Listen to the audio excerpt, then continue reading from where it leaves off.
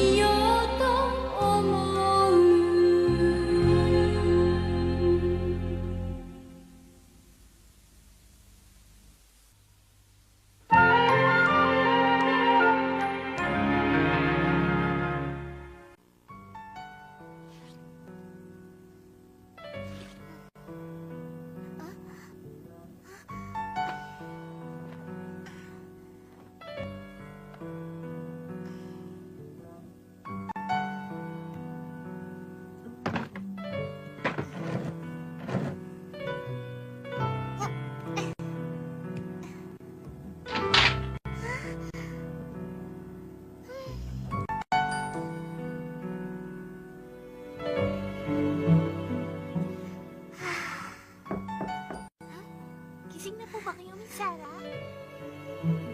Becky? Magandang umaga sa'yo, Miss Sarah. Ang aga mo yata. Pilit kasi nila akong ginising eh. Ha? Kahapon pa wala akong makain, alam naman. Tapos pinilit nila akong gumising ng maaga. Ikaw talaga, Becky. Alam mo kasi, Becky, nagising din ako dahil sa gutom. Ba't rin po kayo?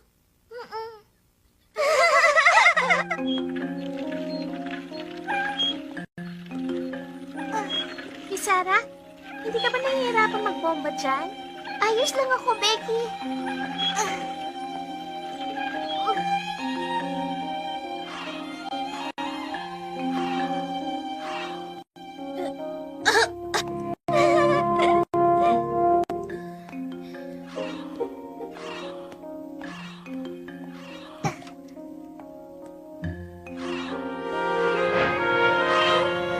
Gawin na natin yung susunod na gawain, Becky.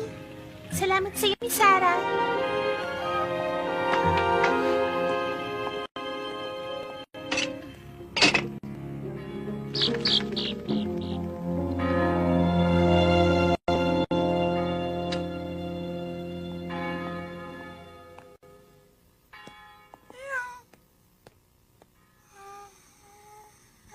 Sa tingin ko, nagugutom na Bibigyan siya. ko lang siya ng natirang pagkain kagabi. O, heto ng pagkain mo. Siguro namimili siya ng pagkain. Anong gusto mong kainin? Siguro ito ang gusto niya.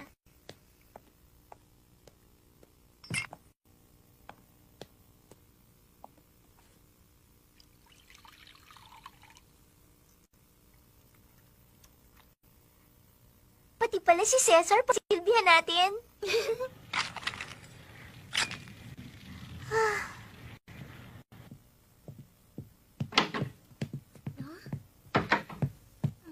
Mga bata, bumangon na kayo bago pa sumikat ang araw. Bakit kaya sila ginigising na maaga? Nakapagtataka? Mga bata, bilisan nyo, bumangon na kayo. Dalian nyo, magsibangon na kayo. Opo, ito na. Hoy, Ermengarde, bumangon ka na nga dyan at bilisan mo. Sige ka, iiwan ka namin. kasi iwan ka na namin dito ngayon. Teka, hintayin niyo ako!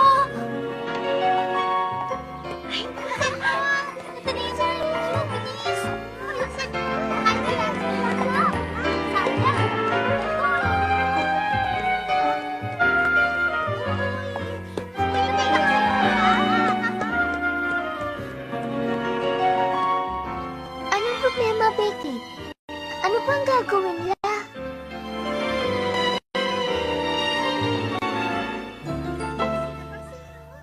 Alam ko na kung bakit. Miss Sarah, ngayon po ang buwan ng May Morning Dew. Ano? Ngayon bang May ang morning dew? Tama. Kasi po, Miss Sarah, lumaki po kayo sa India, kaya hindi niyo po alam ang mga bagay na yan.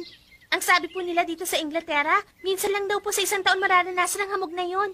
Kaya pag lumuwas daw po kayo ng maaga at nagpahamog, gaganda ka raw ng isang buong taon.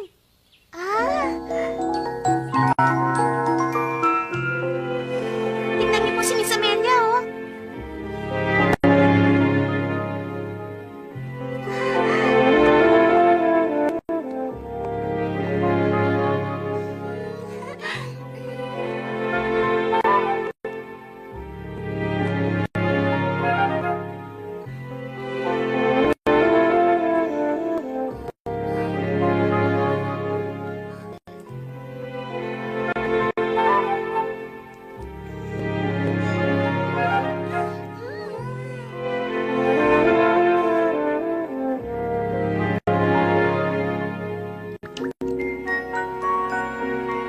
Pwede pala si Lottie.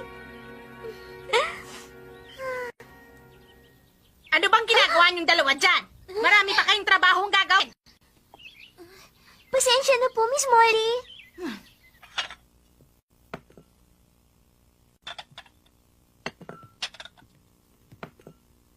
Bilisan yung dalawa dyan at marami pa tayong gagawin. Alam niyo naman, may pagtitipon ng mga estudyante ngayon. Tama yun. At sinabi sa akin ni Miss Minji na magtatayo ako ng maypole. Mr. James, nasaan po ang Maple? Nandoon sa bandang kaliwa. Buhatin niyo ni Becky at bilisan niyo. Opo, Mr. James. Tayo na, Becky. Oo, Miss Sarah.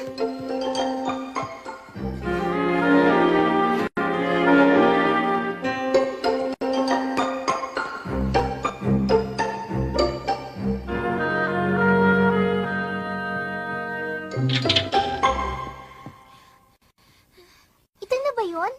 Yan na po yun, Miss Sarah. Nagtatayo din po kami ng maple sa baryo habang pinagdiriwang namin ng buwan ng Mayo. Ganun ba, Becky?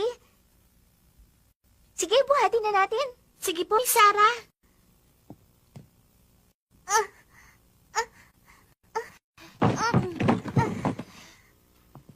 Mga bata, ngayon ay ipagdiriwang natin ang May Festival sa plaza sa tapat ng ating dormitoryo. Tumahimik muna kayo. At meron pang isa. Isa sa inyo ang mapipiling May Queen, kaya isipin na ninyo kung sinong maswerteng mapipili. Kung sinong saswertihin, siya ang magiging May Queen.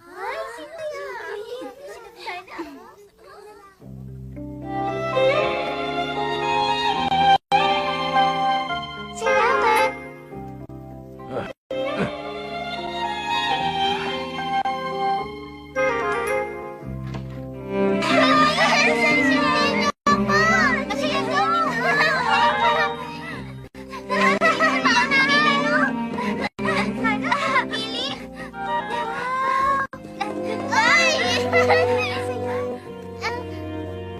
Miss Sarah! Mami Sarah!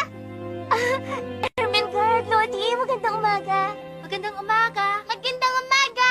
Alam niyo po, Mama Sarah, gumising po kaming lahat ng maaga at lumabas para magpahamog sa Magic Morning Dew.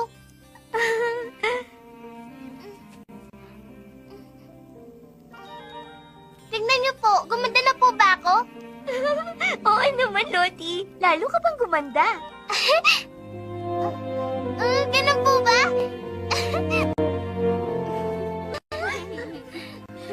Alam mo ba, Lottie, wala naman nagbago sa'yo at hindi ka nagaganda. Ano ba sinasabi mo?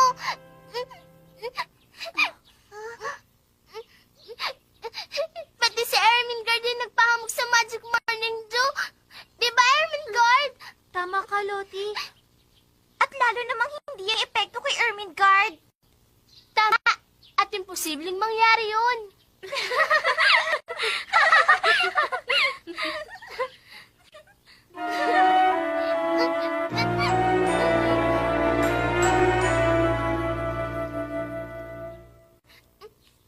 Mami Sarah, ito po.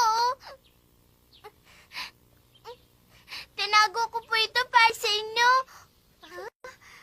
Magic Morning Dew yan. Alam kong wala po kayo. Kaya inipon ko po ito para sa inyo. Maraming salamat sa iyo, Lottie.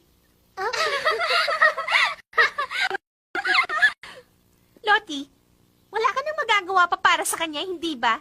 Kasi marami pang dapat gawin si Sarah at kailangan magtrabaho ni Sarah sa kusina buong maghapon. Silbay kayo! Huwag kayong magsalita na niyo kay Mami Sarah! Lottie. Lottie.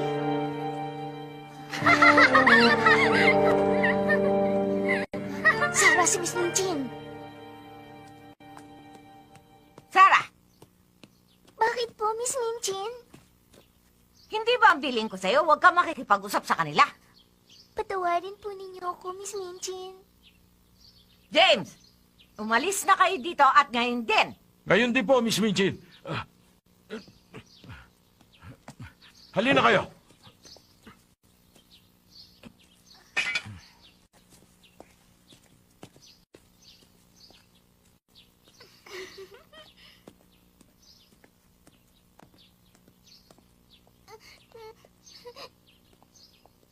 Amelia, tapos na ba ang lahat ng preparasyon? Opo, tapos na po ate. Miss Lavinia, pakisabi sa ating mga estudyante na magtulong-tulong tayong ilabas ang ating piano. Opo, nasusunod po, Miss Amelia.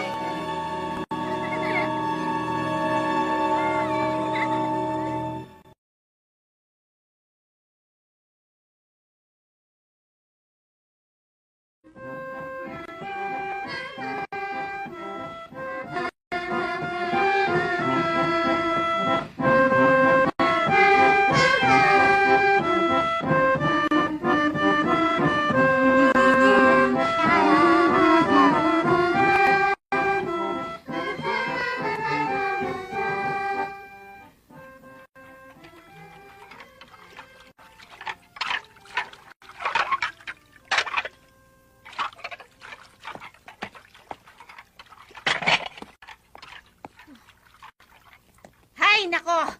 Pareho na lang kayo ng ginagawang dalawa. Becky, pagkatapos mo maglaba, maglinis ka na ng silid-aralan. Masunod po, Miss Molly. Sarah, pagkatapos mo dyan, pumunta ka na sa palengke. Masusunod po, Miss Molly. Pero pakiusap. Bakit? Ano yon? Kasi po, kaming dalawa ni Becky hindi pa kumakain. Wala po kaming oras, kaninang umaga pa po kami nagtatrabaho. Ganun ba? Nakakapagtaka? Kasi po, pagkatapos po namin kumain, pwede na po namin ituloy ang aming gawain. Ano ka mo?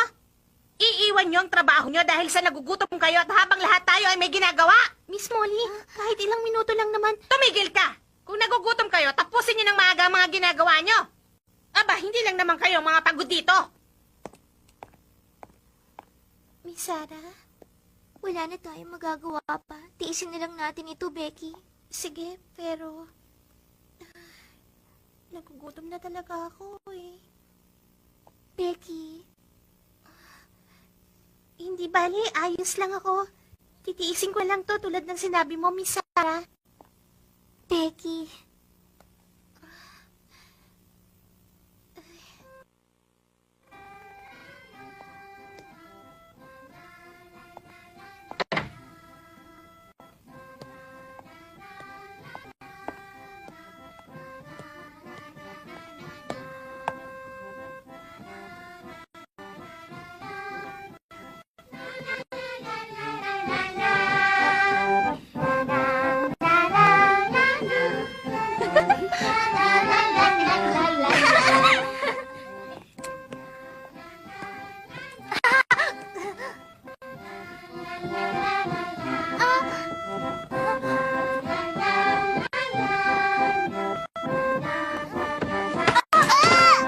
Ano bang ginagawa nyo? Pareho sila nakatigil kaya ako sila nasagi.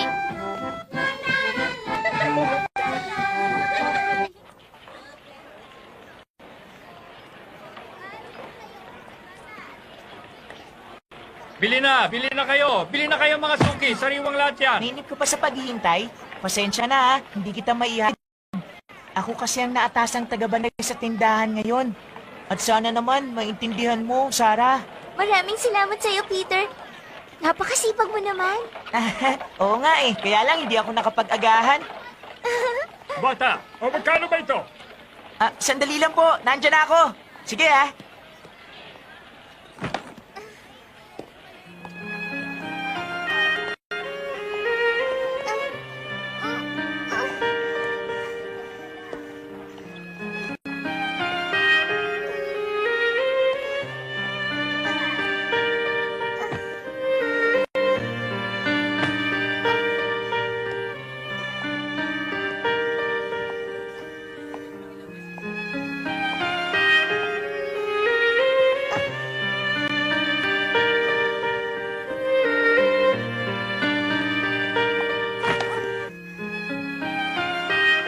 Nagugutom na ako.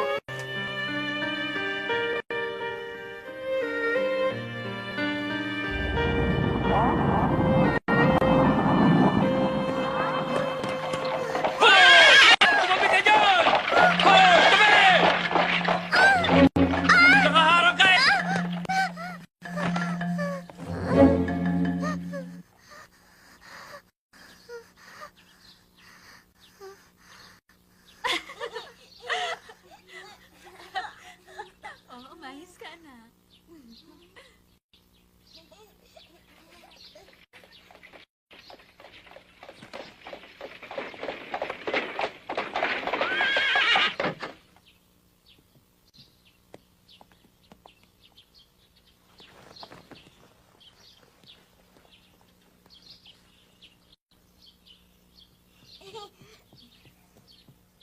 Donald, dali ka na, dali!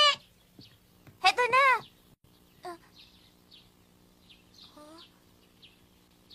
Nagtitinda ka ba ng gulay? Ha? Matamlay ka. Hindi ka pa ba kumakain? Tama ka. Heto, kunin mo. Bili ka na makakain mo.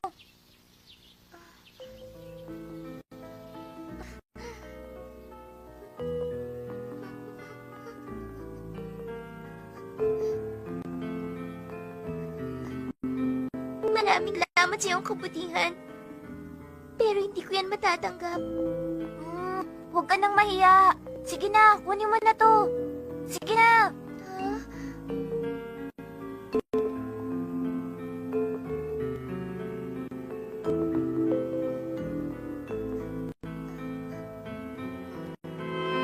Maraming salamat sa iyo. Ayos lang yun. Ang para kasi sa akin ni Mama, maging mabait daw ako sa mahihirap na tulad mo.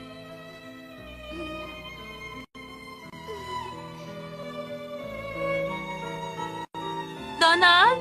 Nandito po, Mama. Halika na anak ko at baka mahuli pa tayo. Opo, Mama. Hindi ka dapat nakikipag-usap mga hindi kilala. Pero, Mama... Sige na, sumakay ka na.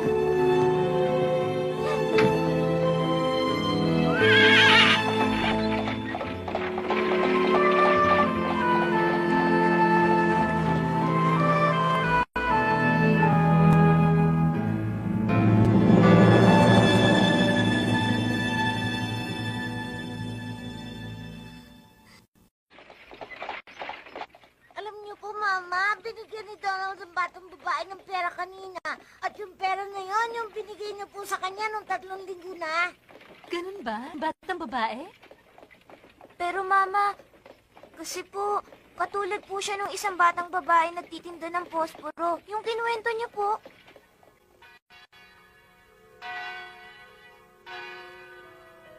Sira-sira ang damit at sapatos niya. At ang mukha niya, matamlay. Napakapayat niya na parang hindi pa siya kakain buong araw. Kaya binigyan ko po siya ng pera. Tulad ng isang mabuting taong nagbigay ng tulong sa nagtitinda ng posporo sa kwento.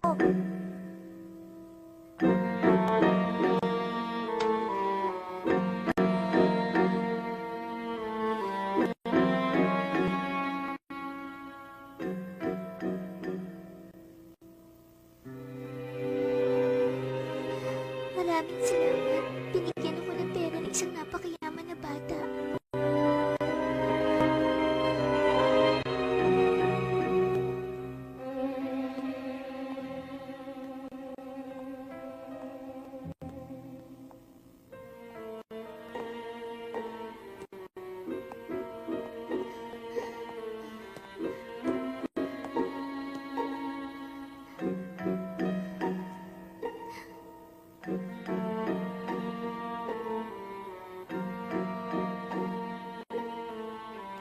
Tama, isa na akong pulubi at kaawa-awang bata ngayon.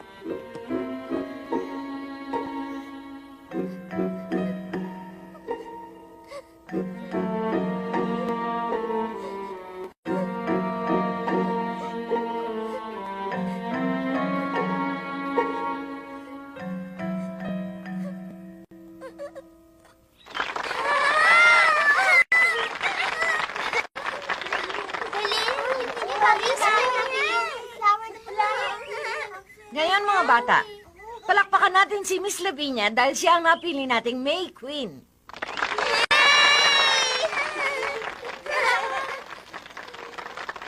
Galing.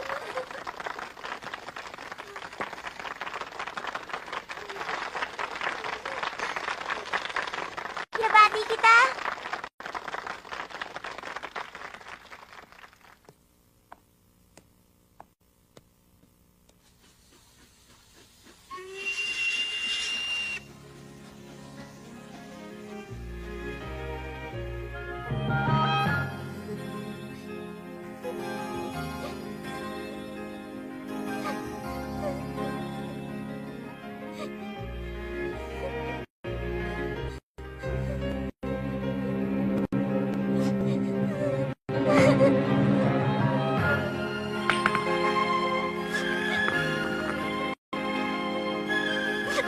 Puso ko ay nagtutulog sa sobrang kalungkutan.